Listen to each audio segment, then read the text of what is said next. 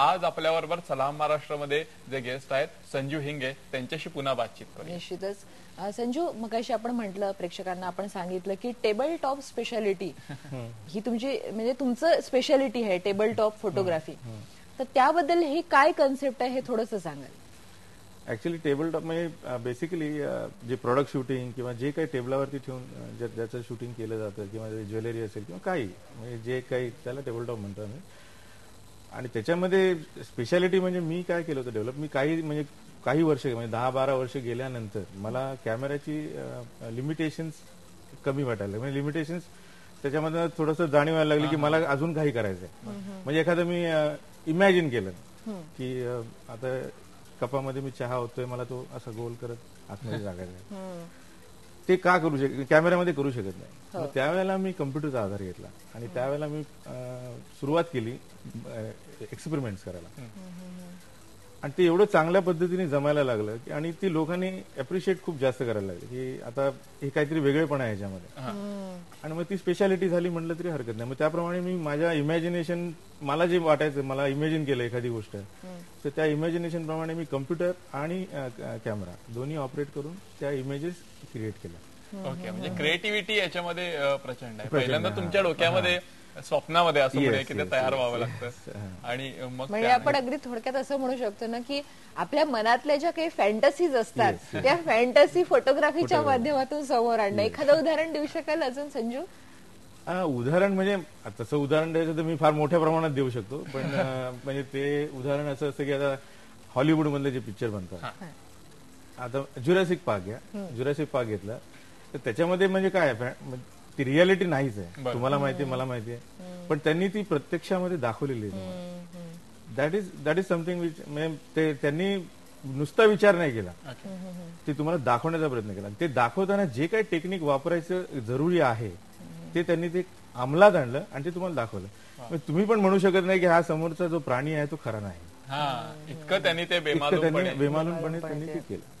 तुम्ही याच्याबद्दल आणखीन एक तुमची स्पेशालिटी आहे की जी आपल्याकडे फार प्रचलित नाही, कॉफी टेबल बुक, आणि ते तुम्ही पहिल्यांदा आणलं आणि ते खूप इतकं गाजलं की त्याची मला वाटतं 3री आवृत्ती आता येईल. त्याच्याबद्दल ऐकायला आवडेल. महाराष्ट्रावरती तुम्ही ते केलं कसं, मी माझं फॉरेन टूर्स खूप होतात आणि तिथे मी जेव्हा जेव्हा जायचो तेव्हा मला ती कॉफी टेबल बुक्स दिसायची आणि असं वाटायचं की ही असली पुस्तकं तेव्हा आपल्याकडे बनत नव्हती. म्हणजे मी पहिलं पुस्तक केलं होतं ते 2000 साली केलं होतं, म्हणजे 8 वर्षापूर्वी केलं होतं. आणि जेव्हा माझ्याकडे हे प्रोजेक्ट आल्यानंतर मी पहिला माझा विचार तोच मनात आला की अशा टाईपचं एक पुस्तक आपण केलं तर चांगली गोष्ट आहे. आणि त्या पद्धतीने मी ते कॉफी टेबल बुक केलं आणि त्याचं अप्रिशिएशन पण खूप जास्त चांगलं मिळालं. त्याच्यानंतर आता चालूच आहे. म्हणजे महाराष्ट्राच्या सगळ्या वेगवेगळ्या भागांचं म्हणजे थोडक्यात सगळा महाराष्ट्र हा चित्रांच्या माध्यमातून, फोटोग्राफीच्या माध्यमातून तुम्ही दाखवला. मग याच्यामध्ये काय एमटीडीसीचं कोणाचं सहकार्य? नाही, ऍक्च्युली हे कॉन्सेप्ट कसं आलं की दिलीप वळसे पाटील माझे फार जुने मित्र आहेत आणि म्हणजे फार जुने, आम्ही गावापासून एकत्र आहोत.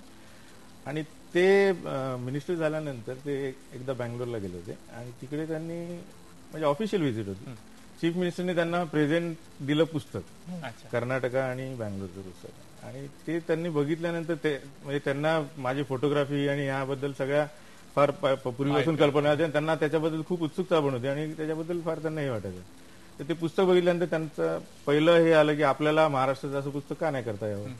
पण त्यांनी मला बोलावलं आणि विचारलं की आपण करू शकतो का महाराष्ट्र. म्हणलं का नाही करू शकत, कठीण काम आहे, ठीक आहे, पण करू शकतो आपण. आणि त्यावेळेला मी ते पुस्तक जवळजवळ 8 ते 10 महिने माझी सगळी कामं बाजूला ठेवून ते पुस्तक केलं होतं. जवळजवळ 60,000 किलोमीटर मी फिरलो स्वतः महाराष्ट्रामध्ये आणि ते पुस्तक कम्प्लीट केलं होतं.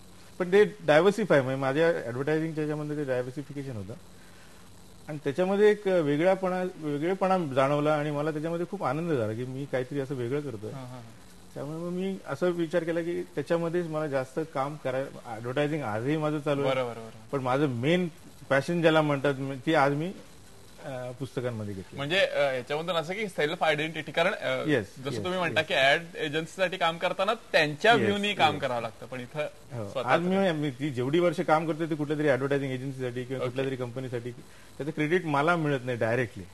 हे जे पुस्तक आहे ते मी माझ्या नावावरती आज असतं, त्यामुळे मला त्याचा आनंद निश्चितच जास्त आहे. आणि याच्यामध्ये तुम्ही स्वतःच्या कल्पनांचा म्हणजे पूर्ण तुम्हाला स्वातंत्र्य आहे आणि मी पूर्ण पुस्तक करतो त्यामुळे त्याला मला स्वातंत्र्य पूर्ण आहे आणि माझ्या हिशोबाने मी त्या गोष्टी करतो, त्यामुळे तुम्ही म्हणजे या पुस्तकांबद्दल सांगतात, सुरुवातीला पण आपण अजूनही तुमची काही पुस्तकं आहेत त्याच्याबद्दल आपण बोलूया. नेमका फोटोग्राफरचा डोळा कसा काम करत असतो त्याच्यासाठी याच्याबद्दल आपण नक्कीच बोलू. आणि फोटोग्राफीचे काही प्रकार आहेत वेगवेगळे, जसं तुम्ही मेन्शन केलं की इंडस्ट्रियल फोटोग्राफी, कमर्शियल फोटो, त्याच्याबद्दल पण थोडंसं बघूया की त्यात काय डिफरन्स असतो, तुम्ही कसं काम केलंय याच्याबद्दल पण जाणून घेऊयात. पण त्याच्या आधी सलाम महाराष्ट्रामध्ये एक ब्रेक घेऊ. पहा फक्त IBN लोकमत.